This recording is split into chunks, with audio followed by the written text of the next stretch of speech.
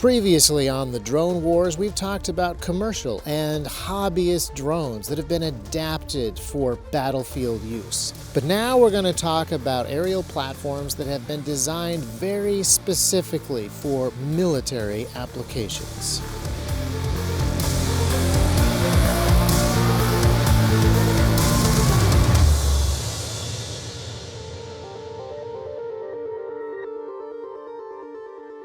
Welcome back to the 5th episode of Drone Wars. And Brandon, you haven't been in any of the Drone Wars episodes yet, but you have provided me with a huge amount of information. We've had some neat conversations, and we've talked about a bunch of different kinds of drones. We've talked about FPV drones. We've talked about commercial off-the-shelf, drones for just random people to buy at Walmart. But now I want to talk about military drones, and I have no experience with military drones. But Brandon, you have a lot of experience with military drones. So what can you tell us about this? So I'll tell you about what I did flying drones. So I did 9 years in the Marine Corps, 6 years in MARSOC, and a majority of my time in MARSOC was actually flying drones offensively. So I'll just talk about the platforms that I'm qualified in, and then kind of the experience I have in each one of those. So qualified in 5 different drones. These are all smaller drones, so they're not the ones that you picture with, armed ISR or anything like that. So that's basically drones that can shoot missiles or anything like that. These are all basically smaller drones. So starting, I kind of divide them up into 2 categories. I kind of divide them into local drones and remote drones. yes. Is that fair? Because Sure, obviously yeah. everything's kind of flown remotely. But Yeah. So yeah, local and remote's actually a really good way to put it. So these drones basically, they need they have a very short line of sight from the drone itself to the GCS, ground control station. That's what it's called. It's been a while.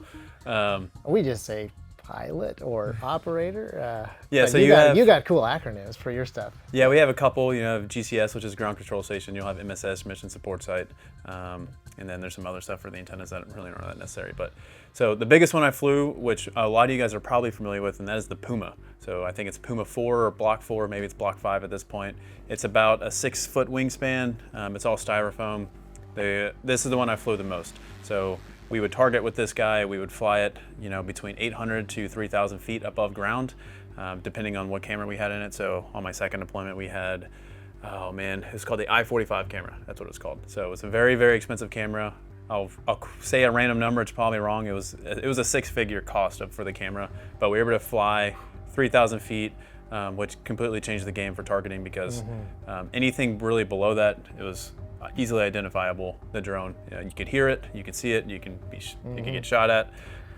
This was one of the points that you made that I didn't actually squeeze into the DJI video, but the DJI drones, despite the fact that they've been used a lot by Ukraine and you've used some for things, they cannot get high enough with their camera to be invisible or to be inaudible. So in order for you to get high enough that you can't hear the drone, you can really only see vehicles, kind of, sort of. Yep. And they're not quite fast enough to keep up with the vehicles. So for military purposes, they do actually fit a pretty narrow niche. And being able to just get up higher and zoom in more changes the game. Yeah, absolutely. So the mission that we had on my deployments were in the Iraq-Syria area during the whole Mosul clear back in the day with ISIS taking over and all that stuff is very different than what we're seeing in Ukraine. Although you see drones being used, you think that drones kind of get used in the same way. That's not the case whatsoever. There's a reason why I was qualified in 5 different platforms. They all did 5 different things. For us, being able to fly extremely high, not be seen, and still be able to target was huge. We were not in a very, I guess you want to call it, offensive environment, as in we didn't want them to know that we were there, because if they knew we were flying drones, they were probably shooting rockets and mortars back at it where we were, because they knew exactly where those observation points or OPs were. So because we would just be at the Kurdish or GOI OPs, and ISIS knew exactly where they were. So if they knew there was a drone overhead, they already had those spots pinpointed, and we would have rockets and mortars shot at us pretty accurately. So it was very imperative for us to have drones that were not being seen. Now, before that I-45 camera came, actually, the strategy was for our drone to get seen, actually, which is kind of interesting. So in order for us to target, we needed to have PID, so positive identification of a target, and we needed multiple forms of that. So it was either visual, with signal intelligence. There's a number of different ways we could have done this, but the first and foremost way was by me or another drone pilot on the team was literally finding and locating people. So with the camera not being as good as that I-45, I don't remember what the older camera was called, probably like I-36 or something silly. We had to get very low to identify things, and often even when we got low, the 600 or 800 feet AGL or above ground level, it still wasn't low enough. So what we would do is we'd fly 200 to 400 feet in this drone, and we would get them to shoot at us. So basically what we would see was we'd see if the flash from a muzzle. These drones don't pick up sound at all. Generally we'd be around 10 clicks away, so way outside of audible range of a gunshot. So we'd just wait for a flash of a muzzle device. So we'd just buzz them back and forth. And as soon as we saw a flash, we were good to target at that point. Even though we knew basically everyone on this other side of the line is bad. So that was the Puma. That's the primary one. Again, primarily used for targeting. We did use it for defensive operations too. So like at our team house, we flew it around just to make sure nothing bad was going on. We did have a VBID strike our front gate. We did get hit with rockets at our team house. So there was definitely a need for just flying around in the general vicinity, gathering pattern of life and then trying to observe anomalies within pattern of life from the area around us. Next would be the Wasp. So I think it's also the Wasp Block 4, or at least it was when I was in. It's much smaller. It's probably about this big. Actually has clear wings. Pretty cool. And when you launch it, it kind of like flutters like this as it climbs up. That was primarily a backup system. So it only had a range of 2 kilometers, which is pretty short. Now, the range is always subjective to your environment, where you're located.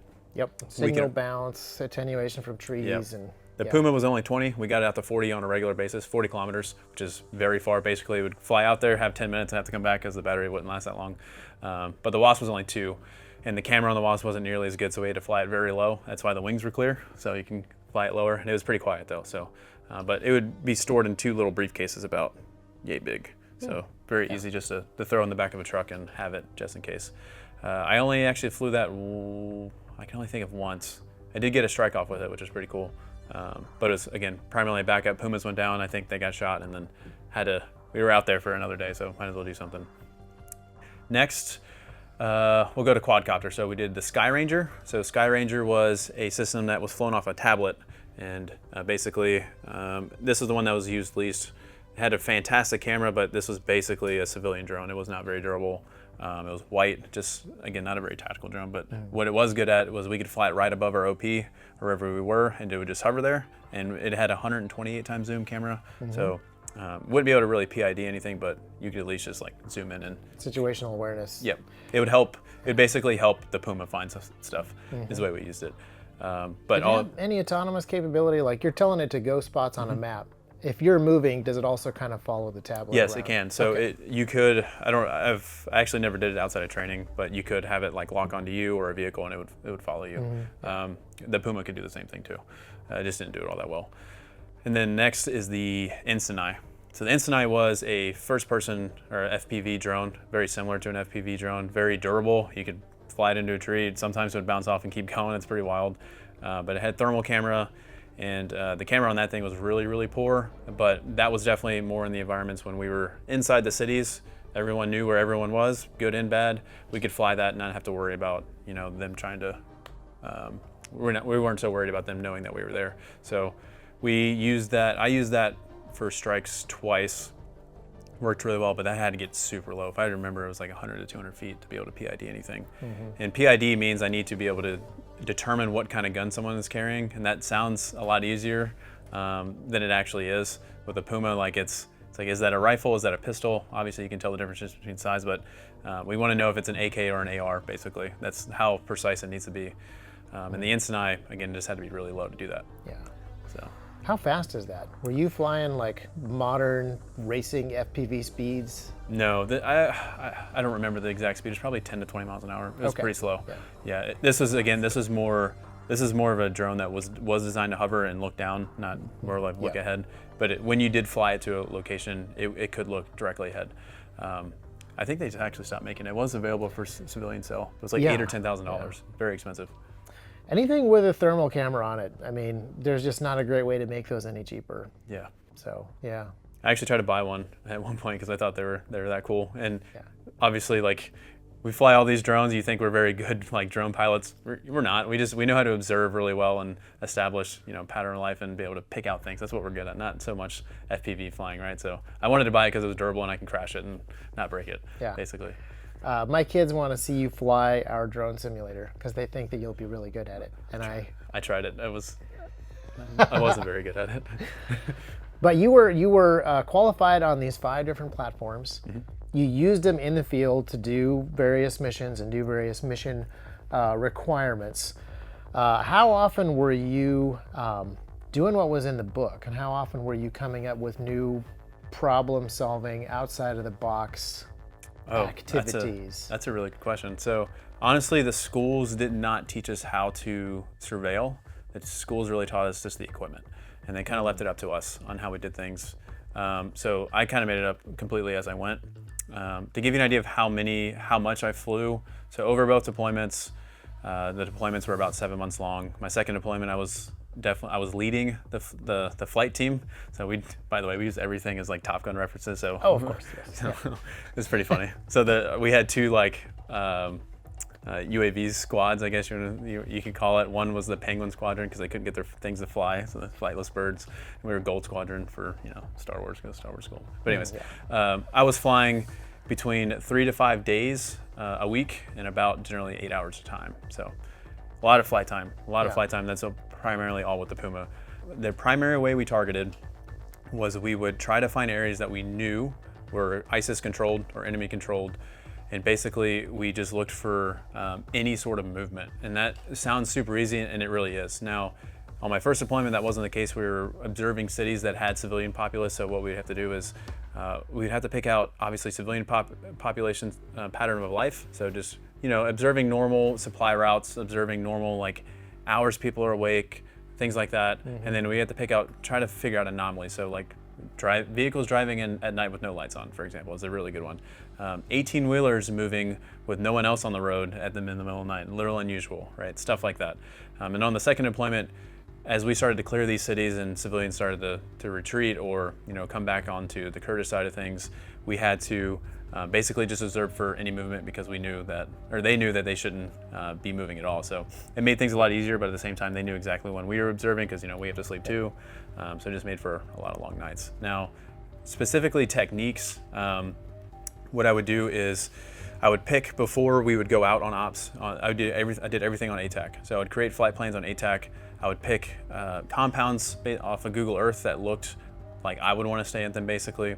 I would pick loiter points around them, and then I'd create a big old flight path around specific areas of interest. And I would change those up every time we went to the OP, and that's basically how I worked. And I just made it up as I went. It was pretty successful. I mean, we had, I don't know if I can say, but it's around 60 to 80 confirmed strikes on my second deployment, which is pretty good. And that's not during city clears. Yeah. So. When will we know whether or not we should put that last clip in the video? You can go ahead and do it. It's in an award citation, so it can't be that secret. Oh, okay. I'm retired now. It doesn't matter. Oh, yeah. So one of the things that is interesting to me is everybody's a drone expert now because there's so much footage coming out of Ukraine. There was much less footage coming out of the war on terror, or rather I should say, there was a lot of footage coming out, but it was all sanitized. There wasn't the same need for both sides to just be pumping out propaganda of almost every bit of military action. What are some of the things that you're seeing when you look at Ukraine? It's obviously a different situation where you have large armies fighting each other on the ground, trench warfare style. It isn't small groups of people operating out of civilian populations or operating out of forward operating bases. What are some of the key differences that you see? Between Ukraine and what I experienced? Yeah, when you see drone usage and you see something new or you see something different, what is it that catches your eye? The big difference is you don't need to be hidden in Ukraine. Mm-hmm. So you see these guys with tons of drones. They're flying FPV drones. They're flying DJI drones. We flew those too. I'll talk about that in a second. But these drones are generally very, very cheap comparatively to, for example, the Puma. That's a multi-$100,000 system. And it's because they can be used, left, and moved on and forgotten about. Or you give it to a guy that you don't necessarily care about. And if they get located based on the direction some direction finding. It's not a big deal to whoever gave them that drone. There's a lot of that, yeah. So yeah, the big difference is don't look at Ukraine, the conflict in Ukraine, and expect that to be the next conflict, because the next conflict is never the same, for one.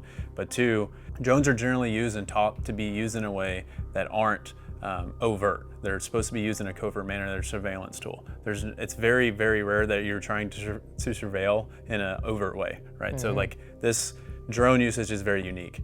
And they are being used as weapons, as in like flying into people. They're literally toying with their enemies with them, which is pretty scary.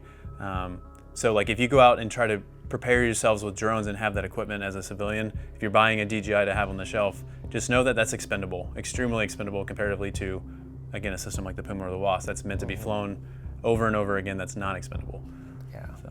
It is kind of interesting. Now the other thing is the media coverage. Now I know that throughout global war on terror, most of our media coverage of our side of that war focused on the much more larger drone systems, the Reapers. What's the plan, General? Well, using the Reaper, we have the ability to strike a target with considerable accuracy. If you agree, Minister. You know, people made movies about those. There were movies specifically about drone pilots. The United States Air Force is ordering more drones than jets. Excuse me, remotely piloted aircraft. You can call them whatever you want. Drones aren't going anywhere. In fact, they're going everywhere. And war is now a first-person shooter.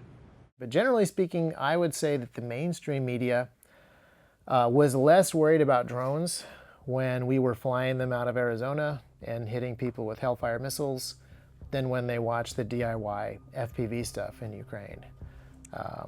Yeah. You know, that's really interesting and kind of hard to figure out why. It's propaganda always has a specific purpose, and it's kind of generally hard to figure out. Sometimes it's hard to figure out what that purpose is. For example, the fifth platform that I flew was Switchblade. That was a kamikaze drone, so it was literally a flying missile. It was considered a direct fire weapon, so it needed the same level of authority for me to shoot my M4 to use it. So media definitely didn't like that drone. It was very hush hush that was even being used. I think it's still very hush hush that it's still being used today.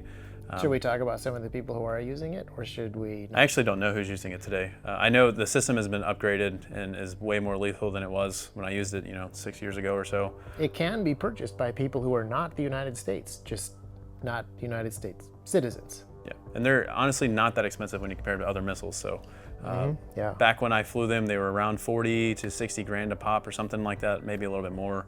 And if you compare that to a Javelin or something, that's well over 6 figures for one shot.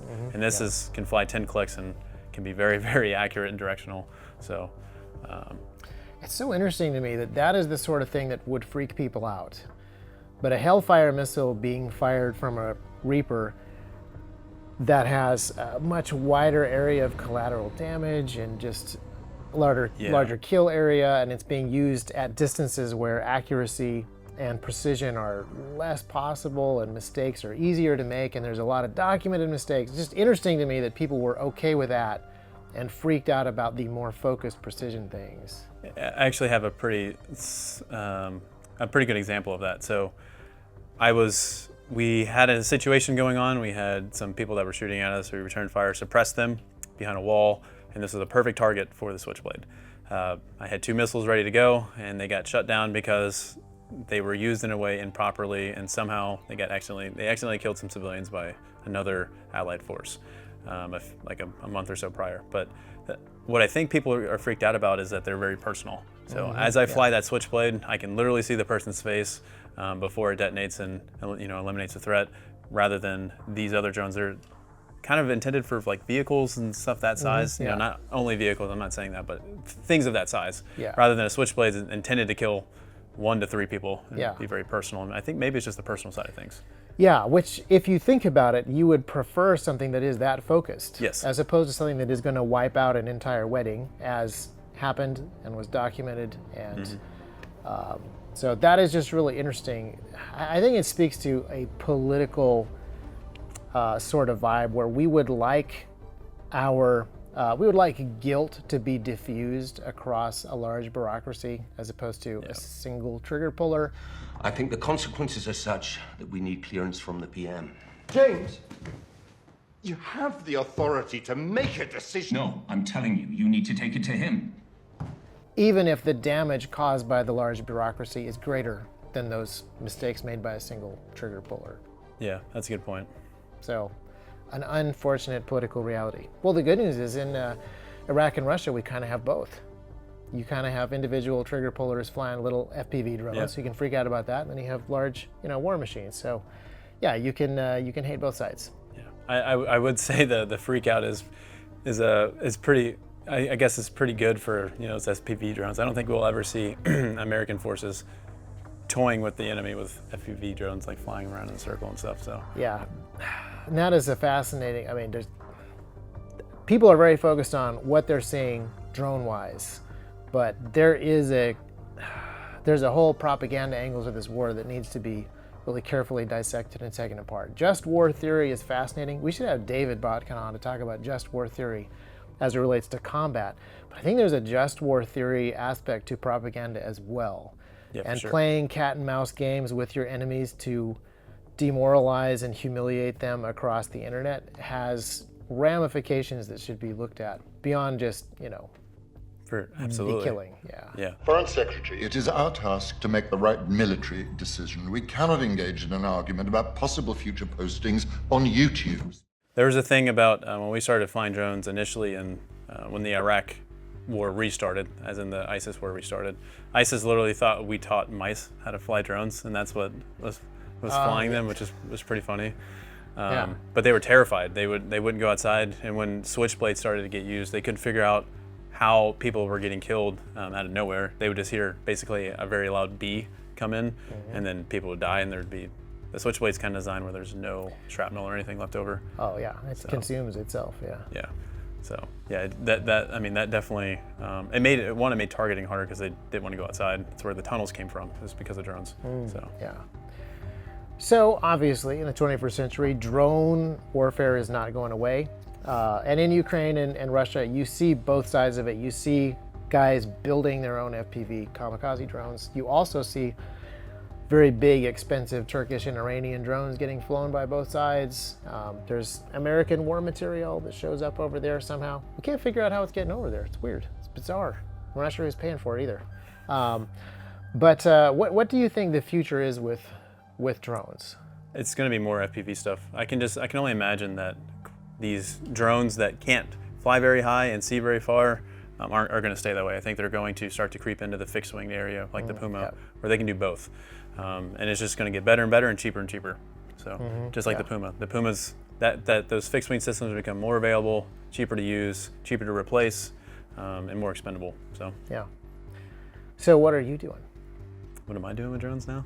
Well, what are you doing, thinking about the future, building out information and equipment that we want the citizen defense industry to have, that we want T-Rex customers to be thinking about. What do you think people should do? What are you doing?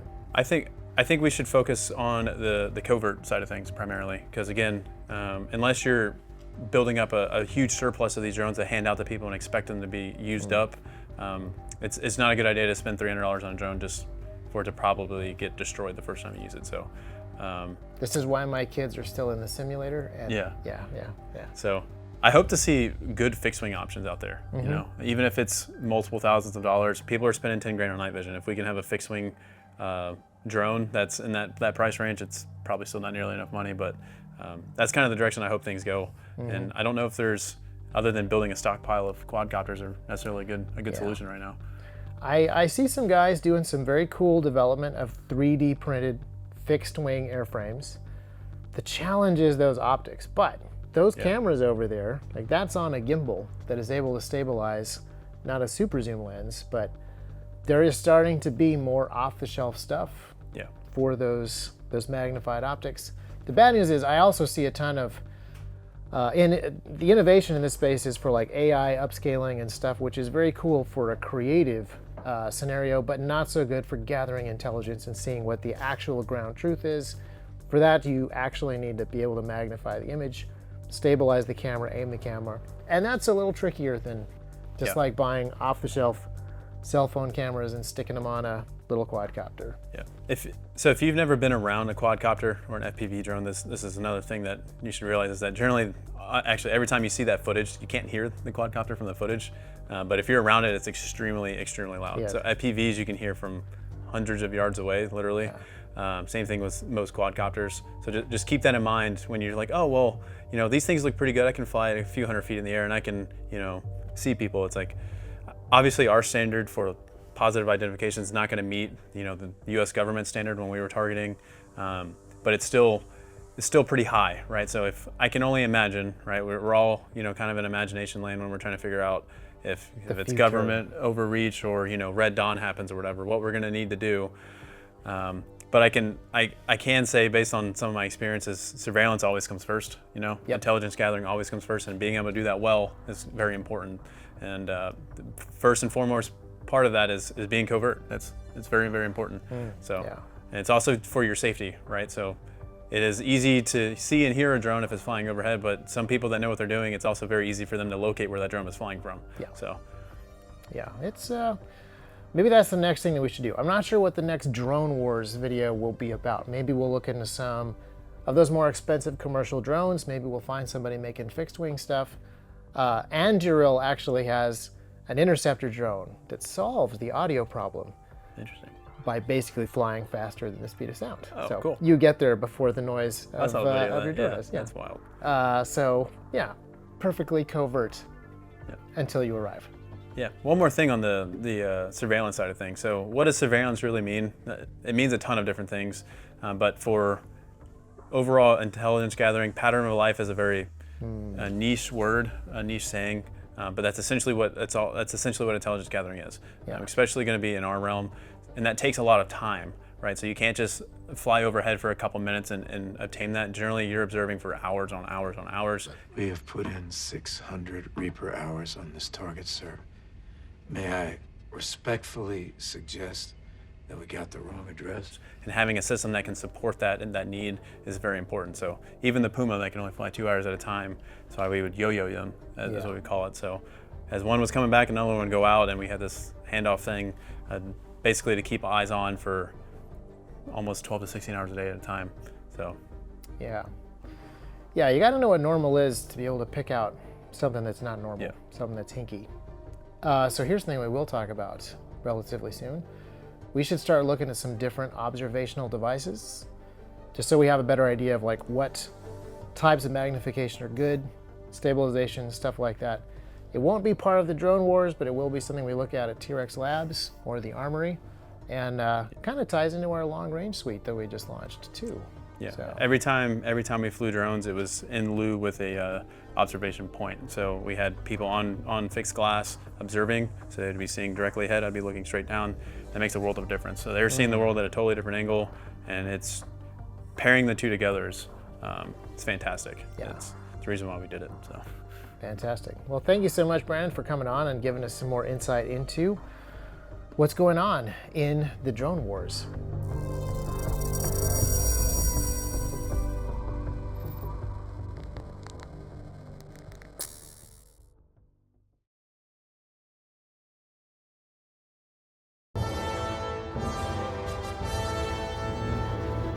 Tower 1, Badger kill is not confirmed. Repeat, kill is not confirmed. Permission to fire second Hellfire. Over. Affirmative, Badger. Rifle.